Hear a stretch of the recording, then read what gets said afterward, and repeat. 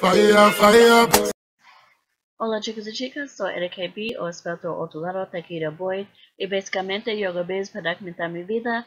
Hola chicos y chicas, my name is Arikat or espero the way to Cara Boy and welcome to the biz Arikat where like I said my name is Arikat. So if you're new to my channel, go ahead and hit that like button, go ahead and subscribe, and go ahead and leave a comment so we can stay interacting.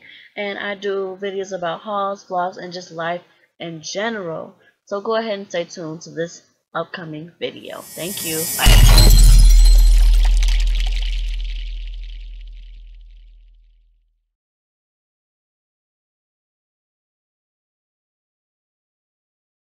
Hey y'all, it's your girl. Is it even recording while you talking about some hey y'all? Yeah. Okay, go ahead.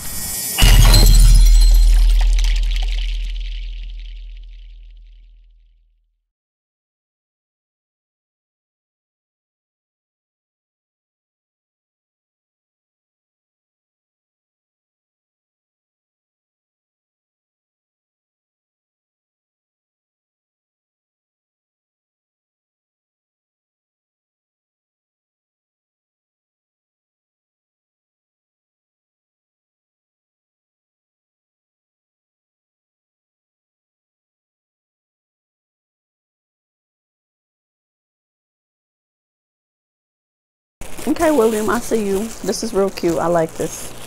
Thank you, love.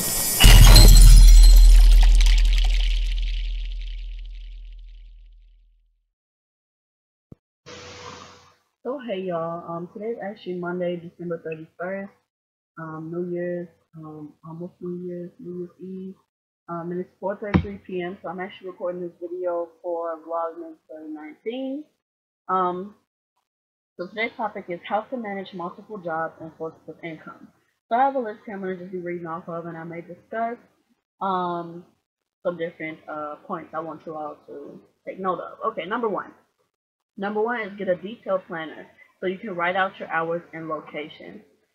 So what I'm saying is get you a good planner, preferably a 2-year one, because you don't have to buy one every year. They do have little like small planners at the Dollar Tree for $1 that do 2 years. They even have the little small ones at Walmart that do the 2 years as well with a couple different designs. I usually like a big one. And this calendar I bought, which the link will be in the description box, is from Amazon, and it's House of Doolittle. It's a 100% post-consumer paper, so it's 100% recycled, and it's a monthly 2-year appointment planner. I like this one because the boxes are larger and you can write out, and really see what you write now versus the little bitty one. So talking about the planner, specifically in my planner, I use symbols to, of course, represent like different things. Like my rectangles, I'll rectangle something with hours in it, knowing that that's something I have to do. Or I put DD to represent direct deposit. I have different like little symbols like hearts and asterisks to represent different pays from different jobs. I also color code when I start school because I like to put the things in the boxes in different colors to know what class I have to be at. So just like whatever symbols work for you, you can put your bills on there. I put everything in my planner, my bills, jobs, everything. My life is my planner. And another good thing I just started doing maybe like in November was to write out final things in ink and write maybe things in pencil, because it's a possibility that you may have to change something, or something may be moved up, moved back, or moved completely. And the things that are not definite, you want to be able to erase and pencil in something else, or you want to be able to ink in something else. So like I said, only put things in ink that are permanent, like your schedule for work, that's a consistent schedule, or like you made an appointment for this day or something like that. But everything else should be put in the pencil until further evaluated. Number two, be clear with your availability for each job. If not, go part-time or PRN, which is as needed. So yes, you don't want to go into a job and just say, I want to work full-time, not considering that you have other employment. And you don't want to be unfair to your current jobs or jobs, and also your job that you're attempting to get or already in the process of getting, by saying you want full-time at both places. How are you going to work full-time? Especially if they're at the same time, or like let's say you work from 6 a.m. to 2 p.m. at one job, and then you have to be at the other job 2 to 10. How are you going to be at two places at once?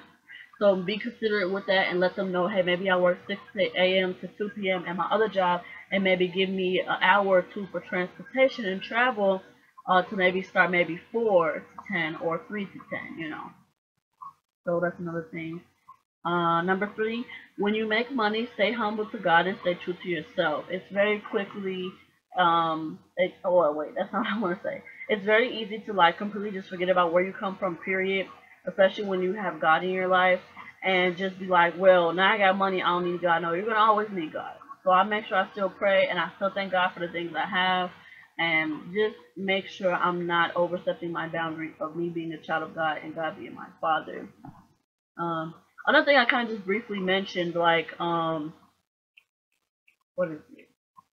Don't be greedy about the money. And I don't think I put that on here, but don't be greedy like I was saying, like, saying you want to work somewhere, both 2 places full time, and not being able to still fulfill their need as the company, you know, just because you want to work full time 2 places.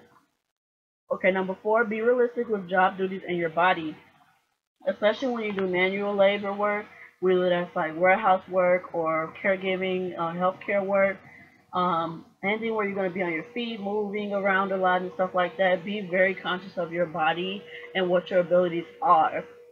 If you are 60, and I'm not saying that all 60-year-olds can or can't do this, I'm just saying if you're 60 years old and you're in a warehouse job and you have to, let's say, throw stuff on a truck, that may not be very reasonable for your body and your age and maybe your current health situation, you know, and things like that, to be doing that type of work. Maybe you need to step down or ask to be moved to a lesser physically demanding position, you know, or someone like me, I have back problems. I don't like to do all the heavy lifting, so I prefer to maybe not work in a nursing home where I have to do it every day, but preferably I do agency. So that's another option. Number 5, take breaks during your shift, after and before work. So what I mean by this is take your scheduled breaks when you're at work. Take your 30 minutes or your 15, 15, 30, however they do it.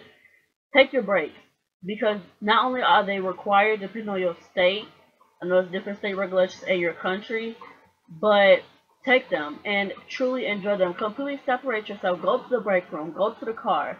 Go outside. Like me, I don't have a car, so I can't really go to my car and take my break. So most time the break room is usually apart, really far from where I'm working, especially in a nursing home. It's like all the way downstairs in the basement, and I'm like all on the 3rd floor. So usually, weather permitting, I go outside and I bring my lunch and I bring my planner and my phone or whatever, and I just chill out. 30 minutes go past and I go back in, and I'm right there able to clock back in. So, you know, just really take your break, especially when you're at work. 15 minutes, I may go sit up. Honestly, on my 15 minutes, I go sit on the toilet for 15 minutes. And I don't do anything. Most of the time, I'm just sitting there like chilling for 15 minutes instead of going all the way outside versus my 30-minute lunch break. And then like before and after work is chill before you go to work. Don't keep your work at work. Don't bring your work home. It's okay for people to ask you how was work and this and that, but I don't try to dwell too much on work, because I look at it as a space is made for a situation. And if I'm at work, I'm here to work. And if I'm at home, I'm here to be home and in tune with the people around me and interacting with my different things that I have here inside of my home, and not really dwelling on where I was just at or where I have to go. So, you know, I limit the way people even ask me about work and stuff like that. And I do listen to their problems, and they also kind of, you know, put their problems up to me, but that's another energy type thing, you know, giving and receiving energy, especially if you had a bad day at work, or it could be positive and where you had a good day, or another negative is when you're dreading going to work or something like that. So I try to limit my work to my work and my home to my home. Number 6, don't bring your work stresses or issues outside of work. That's exactly what I was talking about. Work is work and home is home. I'm not saying that we're not allowed to express our emotions and our feelings and talk about those things at work or at home, but those things transfer to other people, their energy, and I'm just all about trying to keep that at a pH balance of normal. So yeah. Number 7, don't be nervous about losing one of your incomes because you have another one to fall back on. So another good thing is, if you all didn't know, earlier in the year, I got fired from one of my positions in September, but I wasn't, and sorry if you guys hear the train, I wasn't so stressed about getting another job right away, and that's kind of where I've been at right now, because I had another job to fall back on, which I did go ahead and tell them to increase my days of work because I was no longer working at that place. So I wasn't really stressing about getting a job. And am actively looking for a job, but I'm not stressing as much as I would like if I had nothing to fall back on. I still have two agencies. One that sends me hours daily and sometimes weekly, and then I have another one that sends me text messages about jobs. So as long as I have a way there and back, I usually try to go to those, or like I said, I pick up more hours in my current part-time job. Another thing about not being nervous about losing your income is that you know that God will keep you, and He will provide. If He provides for the little birds and the animals and the stray dogs and things like that, don't you think He cares enough to make sure you're okay? I'm really sorry about the train, y'all. I'm just gonna talk through my video. When you live in the area where I live at, you get really used to the trains, just like someone who lives near the airport. They get really used to the planes. So I'm just really used to it. And the final point I'm going to make is number 8. Know your goals and keep to them along with time limits. So I was just talking to Amber, and Amber's actually on the phone with me, but she's not muted. She's turned down, so y'all don't hear her.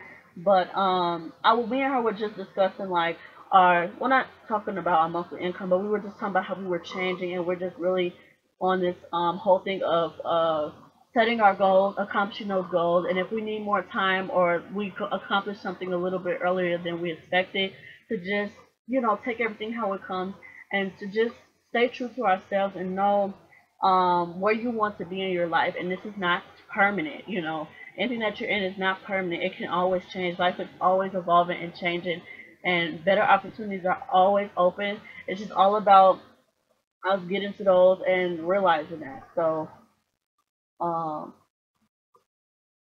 sorry, I was looking at my notebook. I'm like, what did I write in here? Random, I know. But yeah, y'all, that's it for this video. I hope this video helped you all. If you all would like an in-depth planner review, please go ahead and like up this video. And if we can, if enough people let me know, hey, I really want to see what's inside your planner, I can do it for the month of January, because that's the only thing that's really filled up right now. February, I don't really have much of anything in February because I don't even have work. I just wrote down my payment. But I can definitely show y'all a January video if you guys want an in-depth planner review. And like I said, the link for my planner, it was from Amazon, is in the description box. So go ahead and press that link, and you guys can see how much. I think I paid about $15 for the planner. But it's good quality, and I bring it around every day.